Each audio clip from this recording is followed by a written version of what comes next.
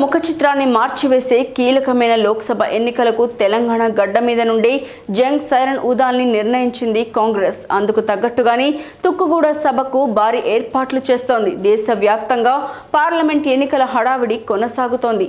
ఈ క్రమంలోనే ఏప్రిల్ 6న తుక్కుగూడలో భారీ బహిరంగ సభను ఏర్పాటు చేస్తోంది కాంగ్రెస్. ఈ సభకు కాంగ్రెస్ అగ్రనేతలంతా హాజరు కావడంతో 10 లక్షల జన సమీకరణకు కసరత్తు చేస్తోంది. ఇప్పటికే అన్ని పార్లమెంట్ నియోజకవర్గ మంత్రులు, ముఖ్య నేతలకు ఇన్ఛార్జ్ బాధ్యతలు అప్పగించింది.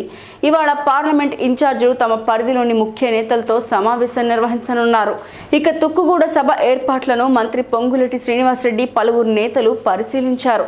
తుక్కుగూడలో తెలంగాణ జన జాతర సభను నిర్వహిస్తున్నామన్నారు మంత్రి పొంగులేటి. ఈ సభకు రాహుల్, ప్రియాంక ఖర్గే హాజరై కాంగ్రెస్ మేనిఫెస్టో విడుదల చేస్తారని తెలియజేశారు. మేనిఫెస్టోతో పాటు అధికారంలోకి వస్తే అమలు చేస్తామన్న 5 గ్యారంటీలను కాంగ్రెస్ అగ్ర నాయకత్వం ప్రకటిస్తుందన్నారు. ఇప్పటికే అసెంబ్లీలో ఇచ్చిన హామీల మేరకు తెలంగాణలో 6 గ్యారంటీలను అమలు చేస్తున్నామన్నారు మంత్రి పొంగులేటి. రాబోయే రోజుల్లో ఇవ్వని ఎన్నో హామీల్ని కూడా నెరవేర్చబోతున్నామని కూడా అన్నారు. అధికారంలోకి వచ్చిన వెంటనే తెలంగాణ ఆర్థిక పరిస్థితులపై ఇప్పటికే శ్వేతపత్రం కూడా విడుదల చేశామన్నారు. ఇక గత ప్రభుత్వం వాళ్లైన బీఆర్ఎస్ నేతలపై మండిపడ్డారు పొంగులేటి.